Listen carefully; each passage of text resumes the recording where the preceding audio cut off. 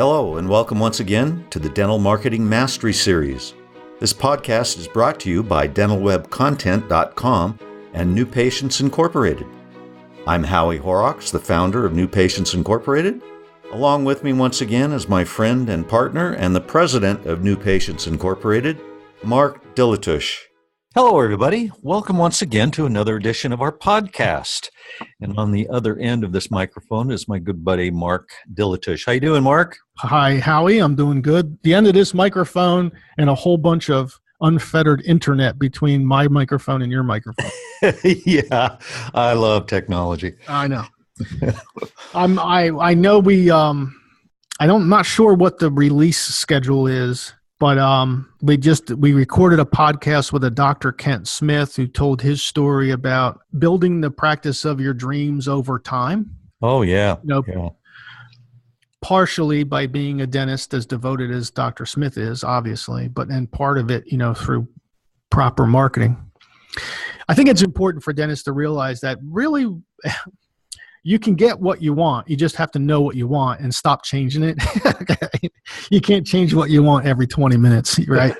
But, and stick to it and you'll get there, right? That's kind of the lesson that we went. And then we recorded another phenomenal interview with just a wonderful dentist, Dr. Blvd. Oh, Stacy. Yeah, out in the Kansas City burbs. And I don't know when that's going to be released, but when that gets released, look for that one too, because that tells the story about bringing in an associate, increased in capacity, her need for quality, the associate's need for volume. There were so many things involved with that story. It also brought in the technology side, the online scheduling and things like that. So look forward to that one too. This one is going to be part 6 of our series, basically, which probably by now should be retitled to "What in the hell am I supposed to do with my marketing budget?"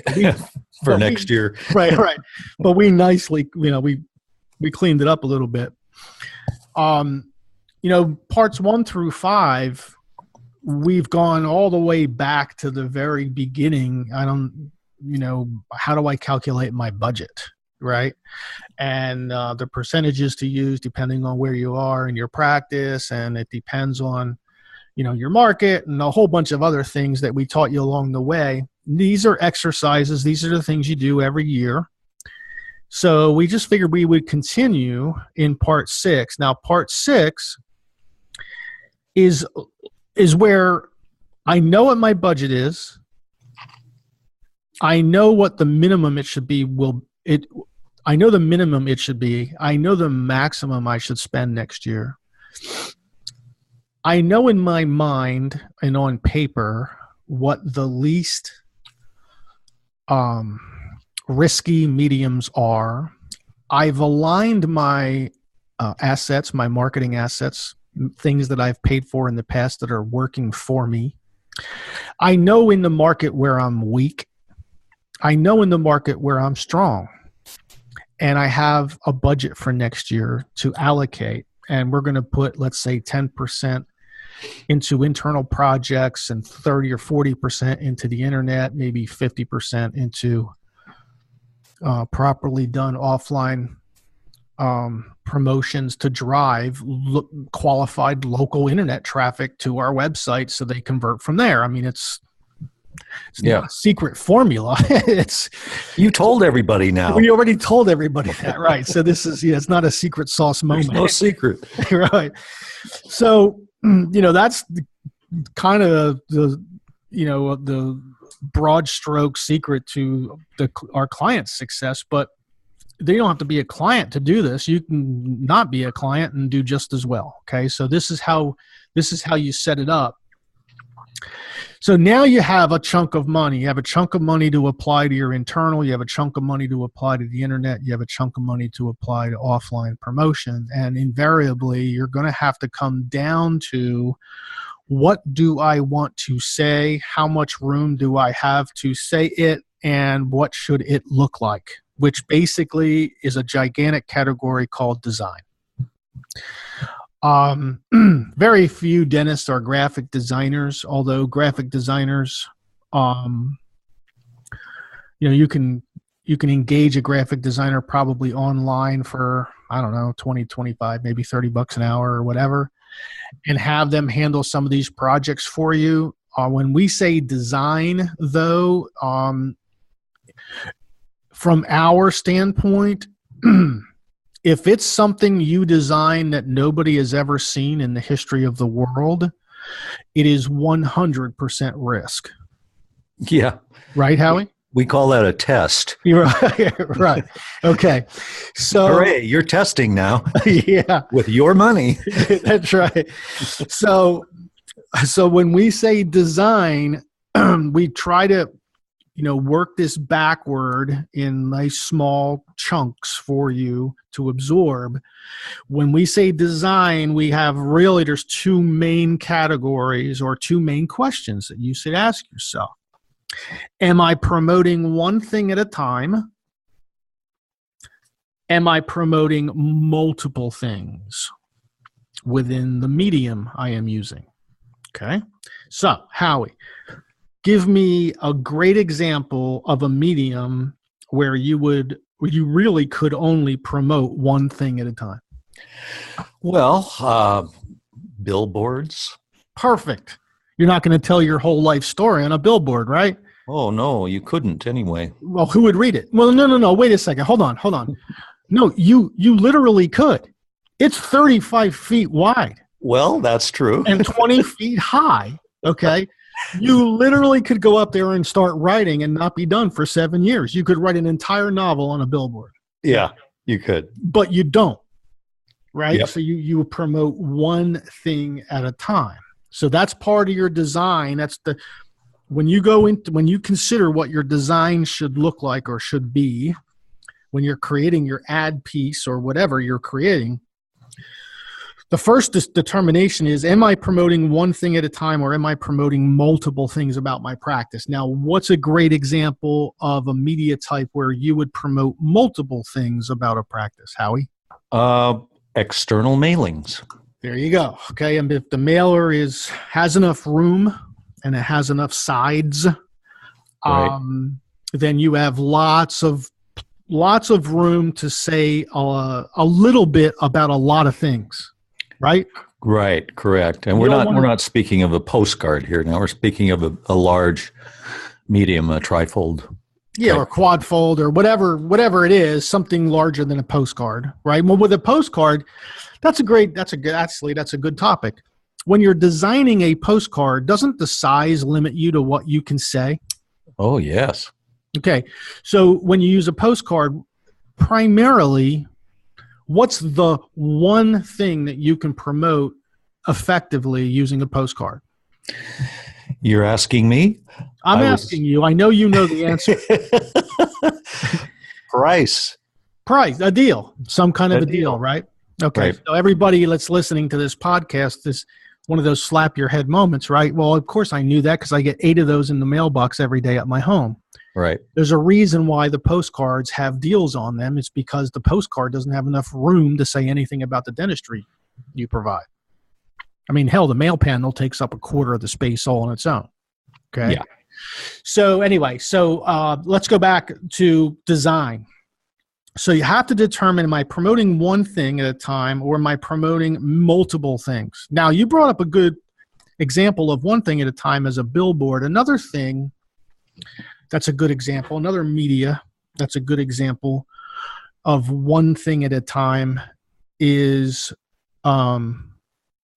radio. Yes. Only that's not limited by space. It's limited by time, right? Right. I know you've written probably more dental scripts for radio and television than any other human being on earth. So I know Howie knows it takes, he's got the word count down to basically, what is it? You have like 140 usable words in well, between yeah, the opening and the ending. A human can normally speak about 170 words in 60 seconds. So, if you consider 35 of those are taken up with the hi everybody, I'm so and so, and my favorite dentist is John Smith, and Right. then you have a closing part that is the same, on contact information. Yeah, you end up with about 90 words. Right. How are you going to tell you the whole story of your practice in 90 words? You can't. So Can't do it. right, but the radio ad is then limiting to really the ad is about a singular thing. Right. You can talk about sedation. Yeah. You can talk about the benefits of I don't know, CAD/CAM, short-term ortho. Yeah. Right. You can in dental implants. You can talk about one thing at a time. You can probably even create 6 different one-at-a-time ads. That's the way to do it. That's the way to do it, right? And rotate them. But what we're talking about now is the overall design is what is this?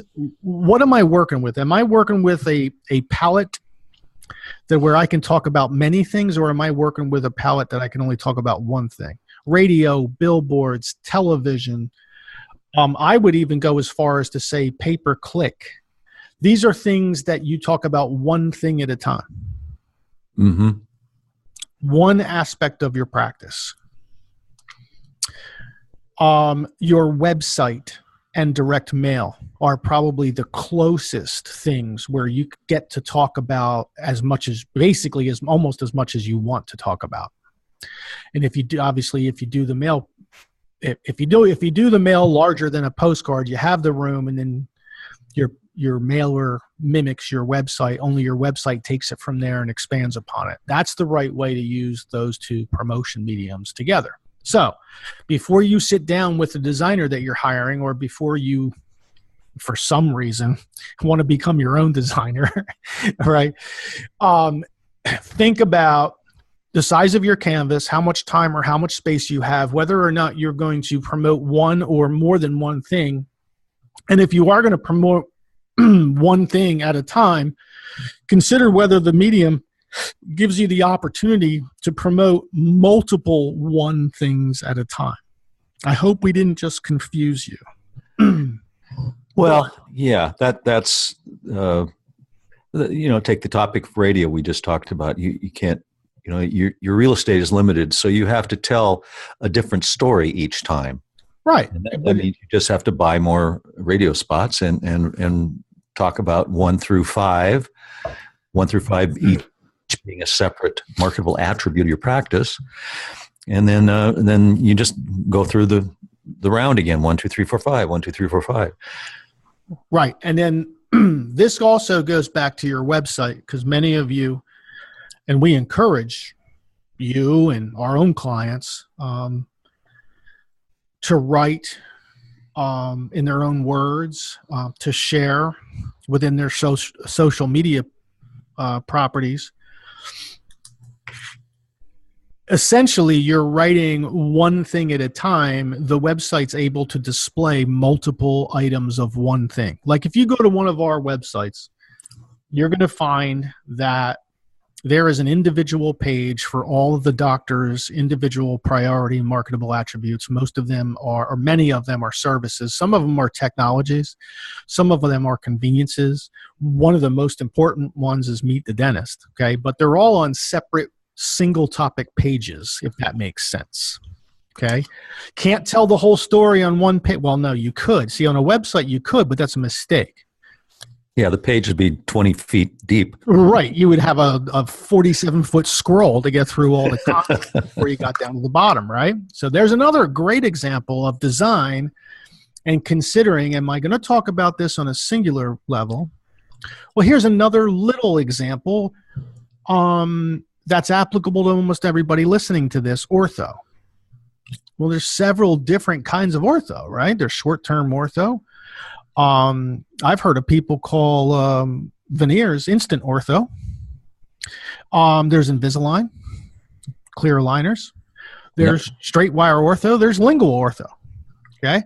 So there's an example where you might have a navigation on your website called orthodontics that has subcategories of single pages for the other 4 ways to do ortho. Right. So When you're doing your design, consider how much space you have and whether or not this is going to be displayed as part of a larger group of things or by itself.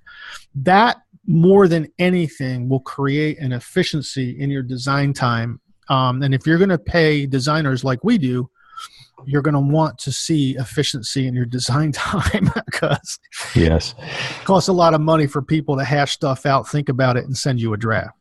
Good. Say, Mark, I think we'll take a break here, and when we come back, we'll wrap up talking about design. You got it. We'll go from there. So don't go away out there. We'll be right back. Hello, everybody. This is Howie Horrocks, and along with me is Mark Dilatush, the president of New Patients Incorporated. How you doing, Mark? Hey, Howie. How are you? This is the part of the podcast where we get to brag about our company. Yay. So sometimes it gets lost in all these podcasts what New Patients Incorporated actually does. We have, I don't know, how many podcasts, 75, 80, one a week for well over a year. And all of you listen to these a half hour at a time, and you might lose sight of what we do. So here's the short answer. We do everything we're talking about in these podcasts on behalf of our clients. Okay. The podcasts are there for our clients, of course, just so they understand what the heck we're doing, but also for the doctors who are do-it-yourselfers. If you're not a do-it-yourselfer and you want someone to do this for you, newpatientsinc.com. There's an icon in the dead center at the top of our homepage where you can get a complimentary marketing plan. A series of questions will need to be completed, and once you complete that, we will analyze your market area, develop a marketing plan, and get on the phone with you, discuss all the sections of the marketing plan, just to make sure you understand a couple of things: what you're up against, what your expectations should be, and what Mark and Howie would do if we owned your dental practice. All right. We have come back. So we're talking about next year, how you're going to handle your marketing. And we've gone through this whole thing. And now we're talking about design and how that looks, how it sounds, and under what circumstances do you present multiple topics or just one topic? Yeah, now we can get into a little bit of the male-female thing. We are predominantly communicating with females. And in our case, we are predominantly communicating with females who make their healthcare decisions for the family outside of price only. In other words, they have other selection criteria they use besides price. Okay. And we call that the top half of the market. Right. Okay. So, here's a question, Howie, or, should we use black and reds, right, in our colors? Let's just start at the very basics. Like, what color palettes are more attractive to females? The earth tones, the greens, the blues, right? Yeah, exactly. Yeah. Right. And all your marketing should have a feminine bent to it, if you want to use that word. Right. And if you were to say, give me one answer, do the moms in the top half of the market prefer less information or more information? They actually prefer more information, just as long as it isn't boring. Right, right. And as long as it speaks to their concerns or her concerns about her family. Right. Yeah, they're thirsty for information about healthcare topics, and you can't really BS the moms in that top of the market because they know what they're looking for, or perhaps they know the problems they're looking to solve. They don't know necessarily the solutions, right? And so you can speak to those moms, and they will have much less of a franticness about price. Right. And here's, I'm sure we're going to do another podcast just on this item alone.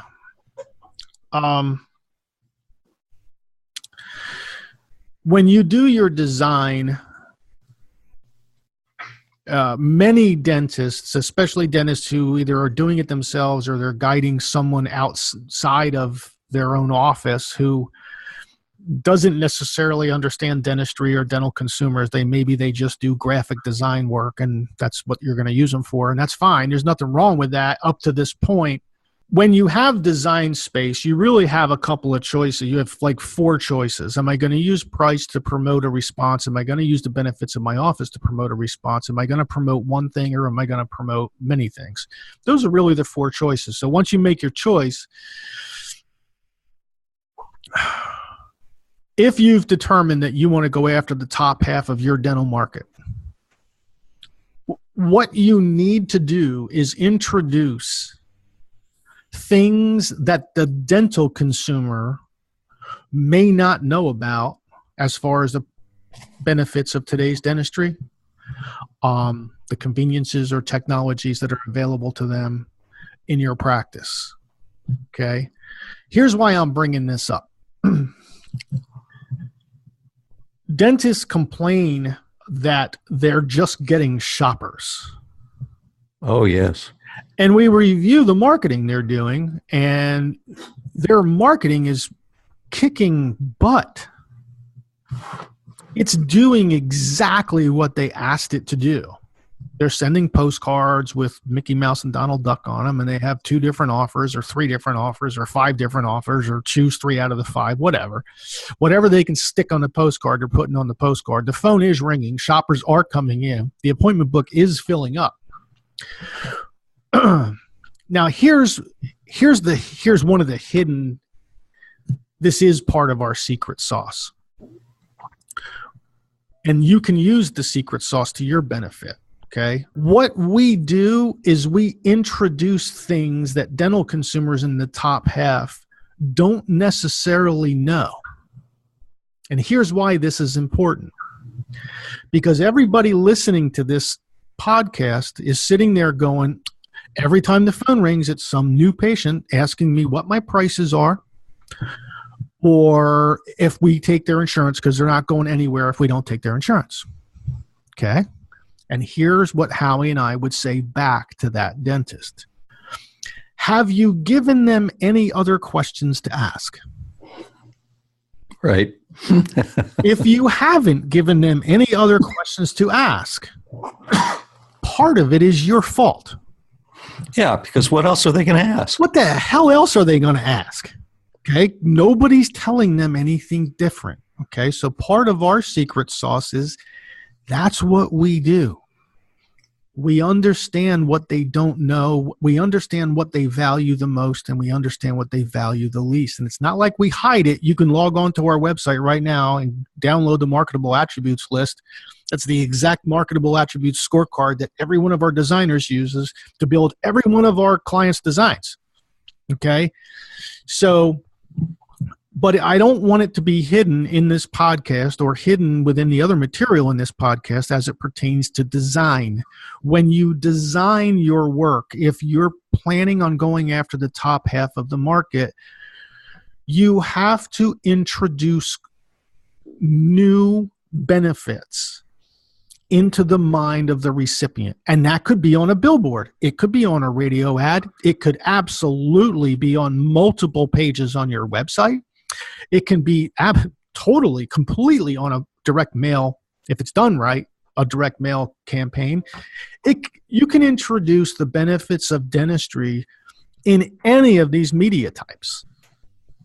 That's what generates the question at the front desk that's different than, do you take my insurance? How much are your crown fees? Right. Good example of this might be the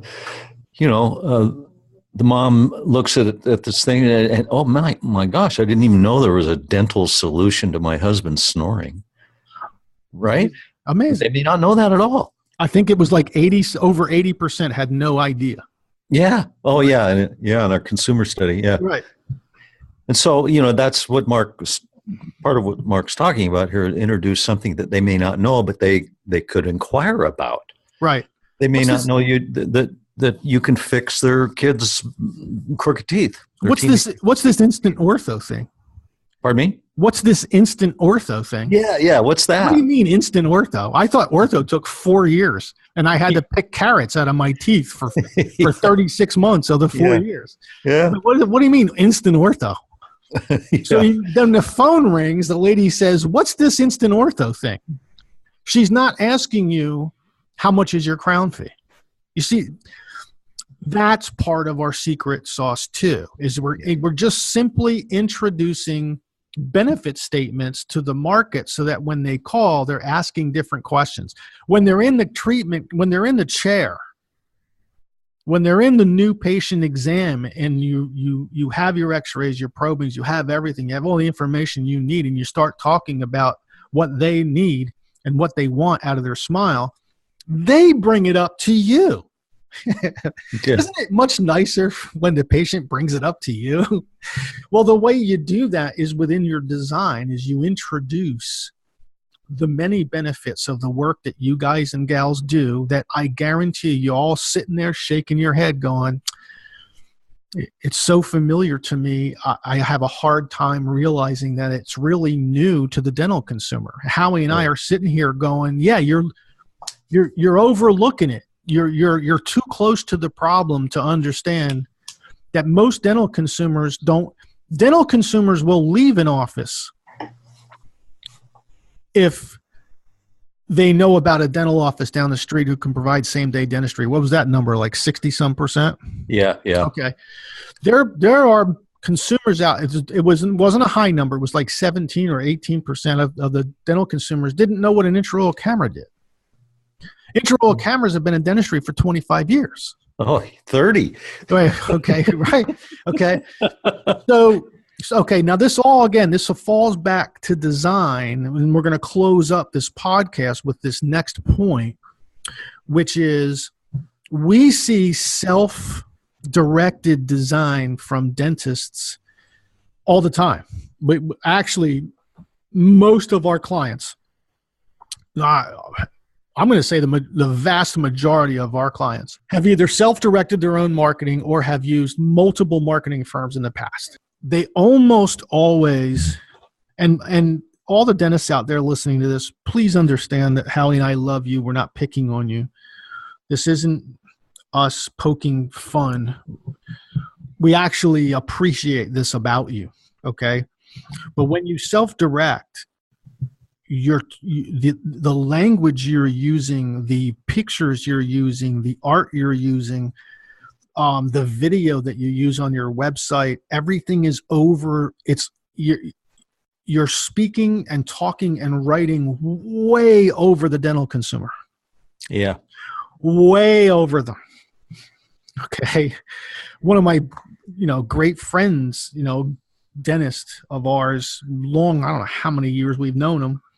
He's not a client, never has been a client, but we love him to death. And, he sent us a video yesterday or the day before about his new website, new company that they promote, did a video for the back end of his website.